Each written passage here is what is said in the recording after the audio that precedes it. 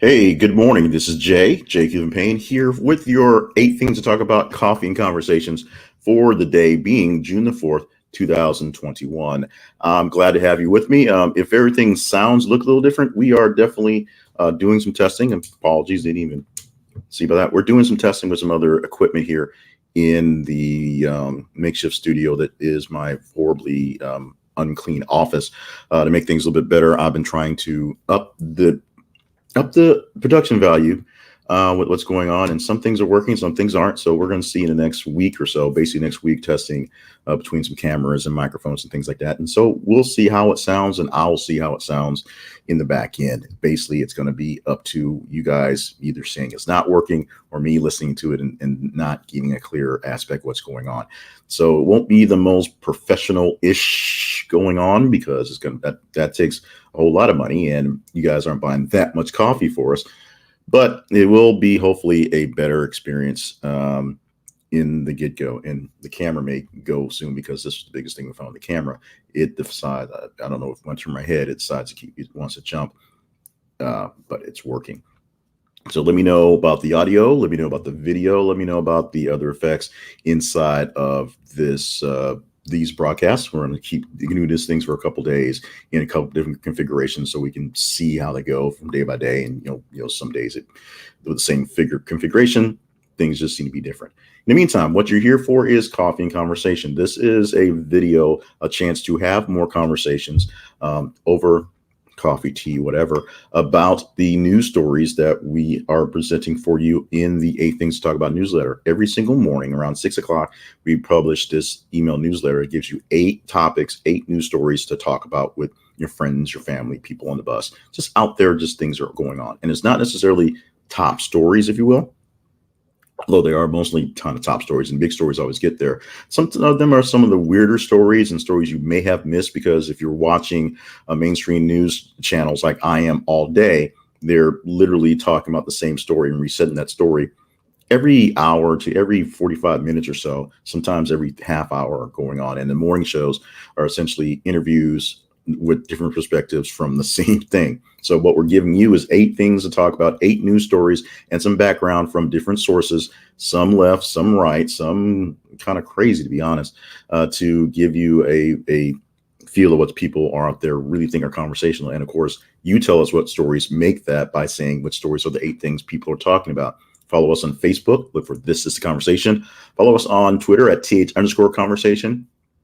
As you check into your feeds all day long, because we post a new story every 50 minutes or so. Like it, love it, hate it, share it, be engaged with the stories. The more engagements you give to the stories, the higher they go up. And today being Friday, as soon as I wrap up this thing, I'm going to pull out the spreadsheets and start the numbers crunching for the weekly wrap-up podcast. We'll see how that goes going, and we'll see what happens for that this week. And that'll be the top 10 stories for the entire week from Friday to Friday.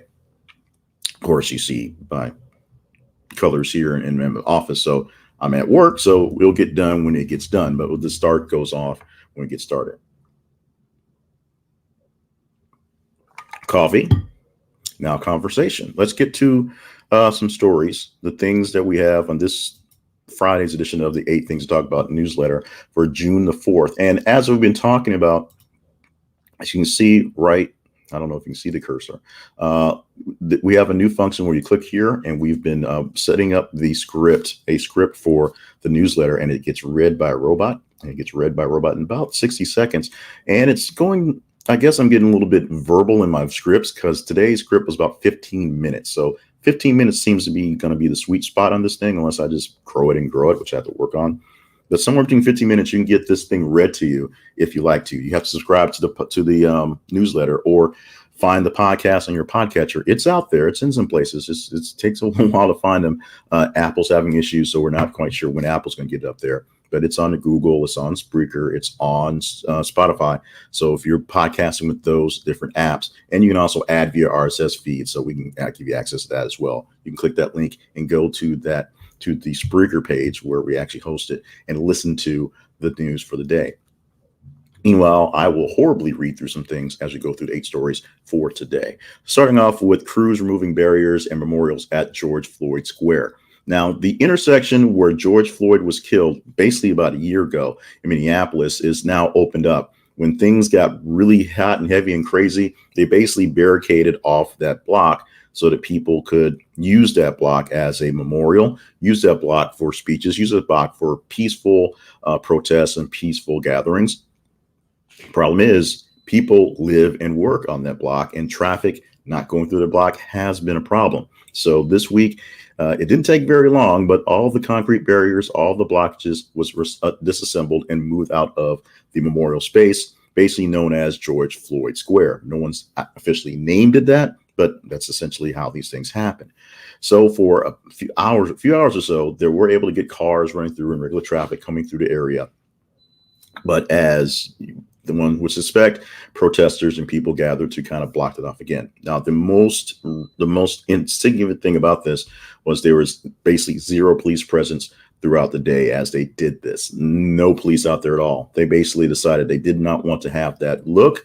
They did not want to have any potential for any clashes. So the police basically stayed away from the area and let what happened happen. There's enough security there so they could move the barriers out safely, and enough security there so the people doing their work get the work done. And then that was it.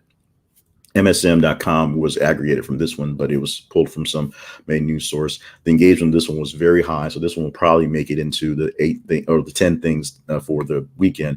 27.82% coming into the day.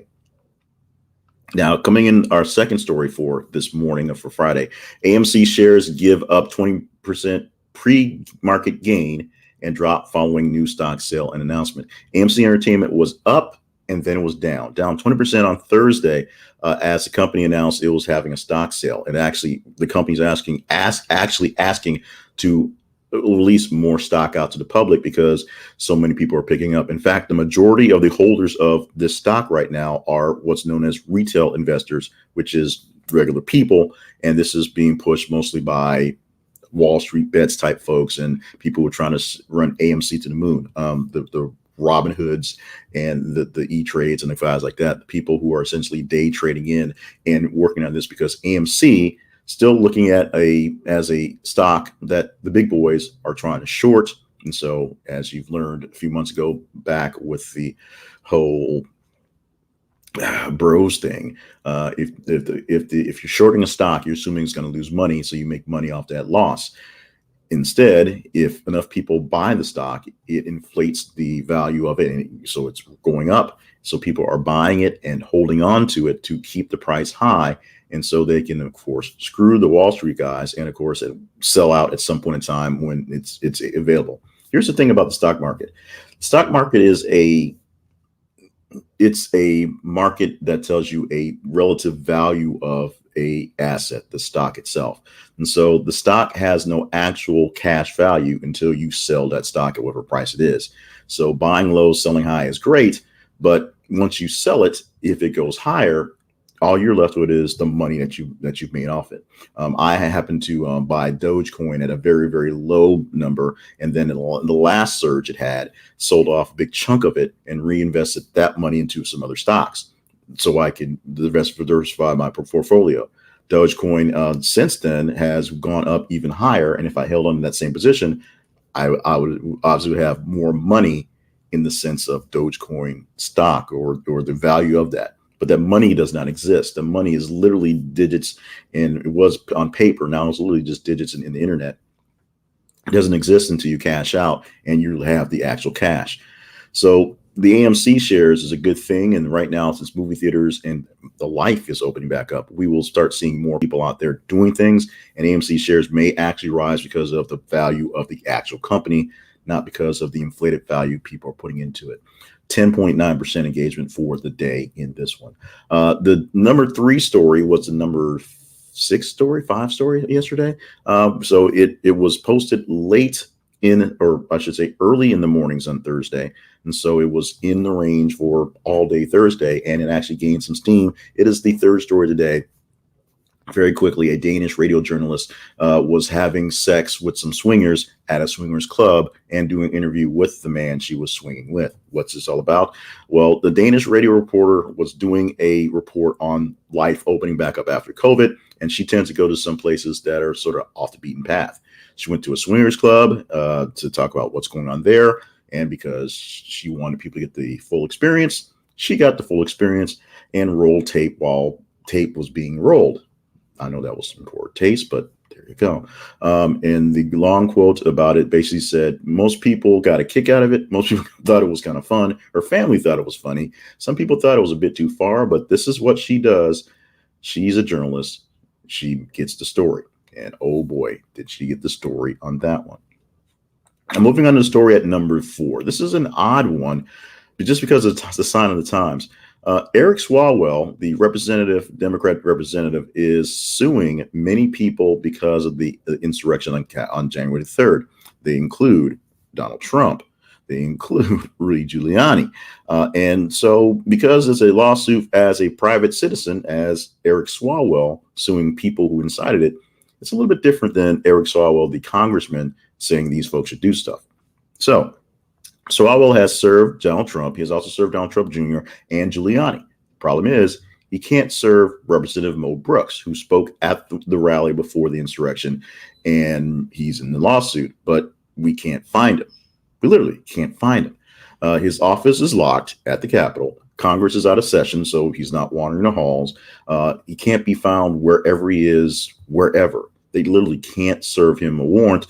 Swalwell has actually hired a private investigator, private people, to go find him to serve his warrant.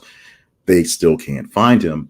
Someone mentioned in the news that it'd be rather poetic if Eric Swalwell showed up on the House floor when they come back in session, walked up to Mo Brooks and just handed him his summons, because that way we know he'd be there, or we assume he'd be there because we assume he's coming back for work.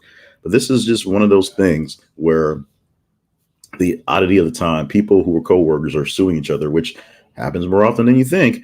But this is a pretty big lawsuit and a pretty big allegation, causing an insurrection and endangering the lives of your co-workers, and of course the downfall of your nation.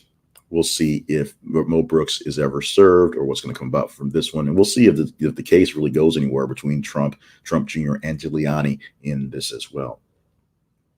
Another story posted because I got to fill 24 hours worth of time and getting about 32 stories a day. It's a story with the headline. My new thing has a mute function, but it's so complicated to use. It's useless. And this coughing thing is just, I'm sorry about that. Jeff Bezos and Lauren Sanchez philanthropy push a, quote, bright spot in the relationship. And there should be a end quote there. I got cut off someplace. Jeff Bezos and his current girlfriend, Lauren Sanchez, because I don't think he's quite divorced from his wife yet. That's a whole nother story. Bezos 57, Sanchez 51, of course, brought their relationship public at the beginning of this year. Actually, beginning of 2019, it began going public to everybody. But they started doing more things together, more things as a couple, more things in public. And one of the cooler things about their relationship is they're both extremely philanthropic, which is a hard word for me to say. I'm not sure if they're so philanthropic because Jeff Bezos has a lot of money. I'm not sure how much money Lauren Sanchez actually has as a former reporter and just former person, but they do a lot of stuff together, a lot of things. They're at charity events and whatnot. Now that there are charity events and people can go out, they're going out more and being more active and being more philanthropic. There you go. This story was one that popped up. That's one of those interesting ones that you don't really think about until it pops up, and you probably missed it in most of your mainstream news coverage. We did pull it from CNN for our source for this one. But an elephant herd of about 15 elephants have been roaming through China and wreaking havoc on towns and buildings and people. They've raised about a 500-kilometer path, which is about 311 miles, going through southwestern province of Yunnan from the nature reserve in Kishibana to Yuxi, which is a city about 2.6 million people. The trail of destruction is immense. It is just ridiculous. At least 6.8 million won, or about $1.1 million, has been done in damage on 412 separate incidents, just going through destroying land, destroying buildings, destroying whatever. And nobody really knows what the deal is with the elephants. They just started leaving the reserve and just started roaming, and they just hadn't quite stopped. Uh, it's Think Pack. Go to our website. This is a conversation.com. Click the link for this week's or today's newsletter, and you can read the clips that we had from the CNN our article and go to that article for the full details of that one. It's got the breakdown of the actual herd of elephants, and it's mostly female elephants and adolescent elephants just roaming in lands. They're searching for food. They're being led by something else, just elephants roaming, and where they roam, destruction follows. The number 7 story, Avengers ready to welcome Marvel fans at new Disneyland campus. In the land that used to be a homage to A Bug's Life, that movie, it's been redone to make up for the Avengers movie. And so you have brand new Avengers themed stuff at the resort at Disneyland's resorts in California. There's Spider-Man rides, there's Avenger rides, you place to get shawarma, all sorts of stuff that gives you all the insights and all the sort of immenseness of the Marvel movies, including Black Widow, Captain America, many other Avengers roaming the streets as characters for that. So if you're going out to see the new Disney Avengers campus in California, you're going to be in for a pretty big, pretty super surprise. There you go. It's at the Disney California Adventure Park in Anaheim, of course. It's a 6-acre little plot for the Avengers. And finally, going back to my childhood, oddly enough, Lee Bailey, the defense lawyer for the infamous and the famous, it says in the headline, dies at 87. Most infamous and famous was O.J. Simpson, who he was a part of the team that helped take O.J. Simpson out of the courtroom and back on the street. He also was a person who's represented Patty Hearst and plenty of other pretty famous people who got in trouble for some pretty odd things. He was 87 years old, and he was Bailey was one of the more flamboyant, of the team, even though the team did include Kardashian and Johnny Cochran. He was one of the more flamboyant of the team who took his infamy straight to the TV cameras. Other guys kept doing the law and kept making money with their weird and odd clients. F. Lee Bailey took his talents to Court TV, American Lawyer Magazine, was often seen in various spaces doing commentary on the big stories of the time. He even did a Smirnoff vodka ad, which, he did, which is, what you do when you get that bit of fame or infamy, how you want to run it. F. Lee Bailey, you may not remember him, but he was a pretty well-endowed piece into my memory banks as part of the O.J. Simpson trial team, his defense team. He is dead at the age of 87. This was confirmed by his son, Bendrix Bailey, that it happened. No cause has been given towards the death. So thank you so much for joining me for this edition of Coffee and Conversation from 8 Things to Talk About and the Conversation Project. If you're looking for more information on how things work, just go to our website. This is theconversation.com, and we have all the rundowns on how things work, how you can get in touch with us, and how you can help us out. Also, there's some links in the description on things you can do, including buying some merch and going to buymeacoffee.com or thecoffee.com, the coffee clubs, and buying me and the crew cups of coffee. Keep us caffeinated, keep us hydrated. It is a water-based product, so it's technically hydration. And, keep the lights on and keep things going. Things are on. So for all the crew behind the scenes at the Conversation Project, I'm Jay Cleveland Payne. Today is Friday, so today we work on the background, the script, and all the stories for the weekly wrap up, the top 10 stories of the full week that you said were tops, and that will come out as a podcast release tomorrow morning, so you'll get a chance to listen to that. I will not read this one because it'll be a horrible read in that end, and some other great surprises that we're going to kick off as well as we are expanding some things we're doing for our Coffee and Conversation. Check out the website, check out the newsletter, and check out the link to listen to the news. You can listen to today's news today and get a better read of just the news output, and then go back and get your information later on. And of course, you can just check us out. Email us at theconversationinbox@gmail.com. That's theconversationinbox@gmail.com. And we will get back to you and talk about anything you want to, conversation-wise, news-wise. If you just need someone to chat with, we are here. Thank you so much for joining us for this broadcast. We're going to work on doing better because that's what we always work for, a bit more improvement every single week. And then also comment on in the comments on how it sounded and how it looked. We're doing some work with some technology, some better-ish technology, more easy to use technology based on where we're functioning, because we don't have access to big studios at the moment. So you let us know how well it sounds, how distracting it sounds, how well it looks, how distracting, like if it did the little blink thing a couple times with the camera. You can see there it goes right there. And we will do what we can to do what we can. Thank you. Until next time, next Monday, we we plan to have a coffee conversation. So Monday's on the schedule. We'll see you for more news. We're already working on the news, always working on news all the time, but more news, more coffee, and conversation.